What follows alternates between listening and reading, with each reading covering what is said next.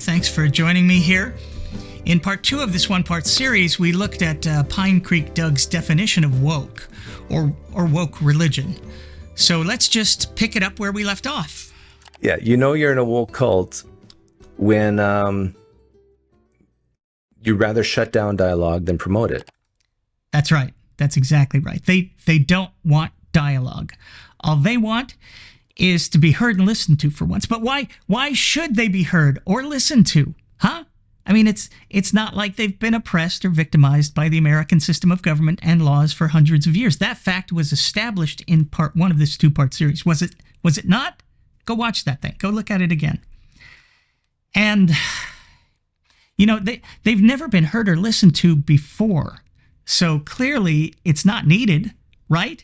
If that were important or valuable for all citizens to be heard, we would have been doing that all along, right? That would have been in the Constitution. So there's really no reason to start now. I mean, why would we shut our mouths and listen to or learn about the injustices which we know never happened, right? Or hear their ideas about fixing things which we know were never broken? Think about it. A lot of the woke people hate evangelical Christianity in the United States. Okay, wait. Is that supposed to be a bad thing? Crap, am I woke? I mean, hate is a little strong, but I am definitely not a fan of evangelical Christianity, to say the least. And not just because some of them want to lock up and possibly kill my LGBTQ plus friends, like that pastor who talked about doing just that in front of a whole host of Republican presidential candidates back in, 2016, I think, who then said absolutely nothing to push back against something so vile. Yes, Leviticus 20:13 calls for the death penalty for homosexuals.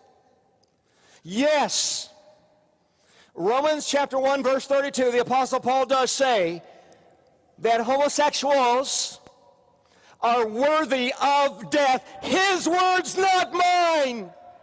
And I am not ashamed of the gospel of Jesus Christ.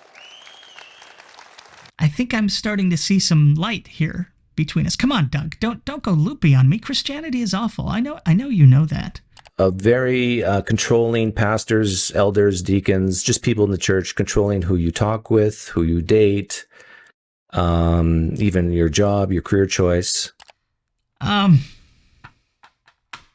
Boy, I think Doug is going off the rails here. I've known a lot of Christians, but I don't think any of them have experienced that kind of thing. Although I guess I wouldn't be surprised. I'm just not seeing what that has to do with anything.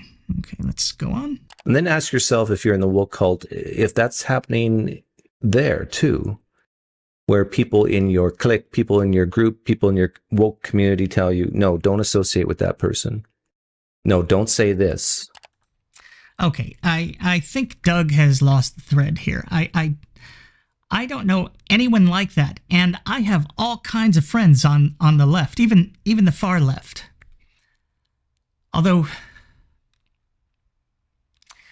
since this is definitional, according to Doug, I guess that would mean that they're not woke either, right? Sounds like woke folks are pretty few and far between. Certainly not a group large enough that we should be devoting so much time and be so afraid. I mean, could this whole woke thing just be a tactic to scare old white cisgender Fox viewers? Doug, are you watching Fox? Oh, boy, you'd better send them some money, because after all the lying and the lawsuits, you're not going to have a news channel to watch, my friend. Evangelical Christians will sometimes use certain words. Like woke?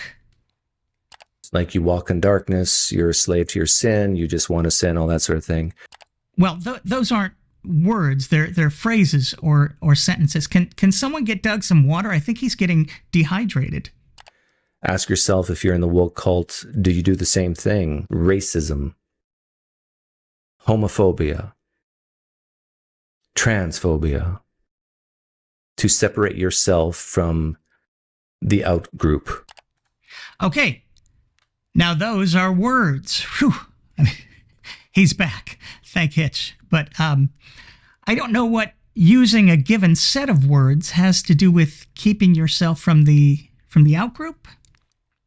Not seeing that. Plus, those words are just words. They don't actually track with any kind of reality, right? I mean, racism, homophobia, transphobia,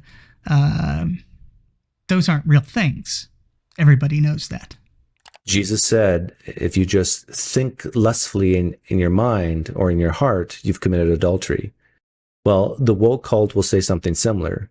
If you just think bad thoughts about a person of color, you're a racist.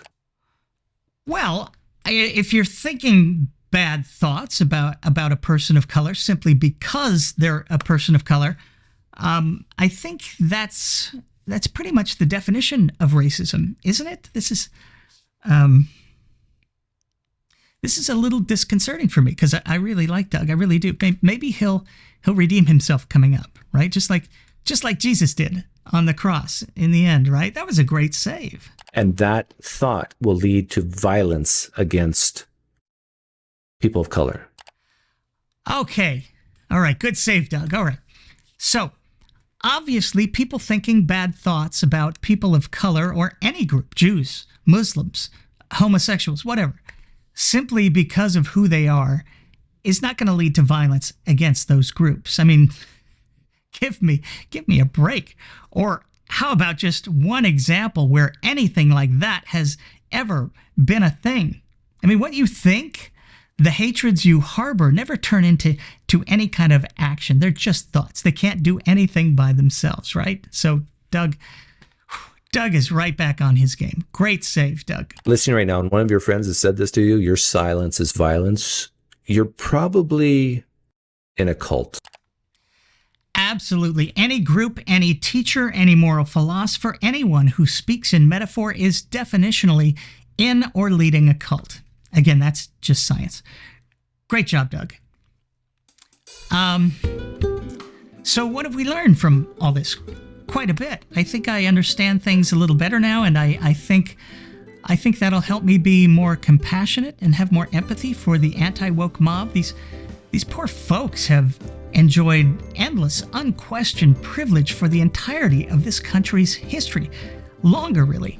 And for the last 40 to 50 years, they've had to watch those privileges slowly but continually slip away, taken from them, really. Now, you may think, they never deserved these privileges in the first place. Okay, yeah, sure, but they've had them. So have a little empathy for their losses which will continue as the demographics continue to shift. They have to be just horribly frightened, right? And bad people will prey on those fears. They probably imagine that what they did to other groups when they had power will be done to them when they're no longer in the majority.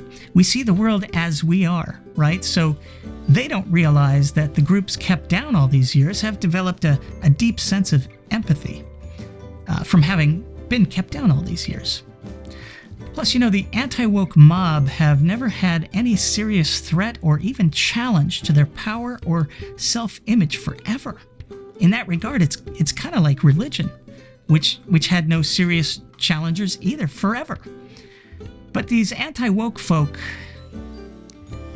they've always thought themselves supreme. And now these woke folk are saying that this country, of which they're a group with which they still feel deeply connected, well, they were the power brokers and have been doing some kind of Nazi-like shit for not 5 or 13 years, but 350 years minimum. So they're very fragile. So keep that in mind. You have to be really gentle with them and try not to make them, and especially their children, feel bad in any way. So this is my plea to the woke. Please understand that these poor people in the anti-woke ignorama cult have never had to think of anyone but themselves for the last forever. And now we're asking them to think of everyone else as well? Come on. Do you have any idea what an ask that is? That would require certain awareness of issues beyond their own immediate concerns.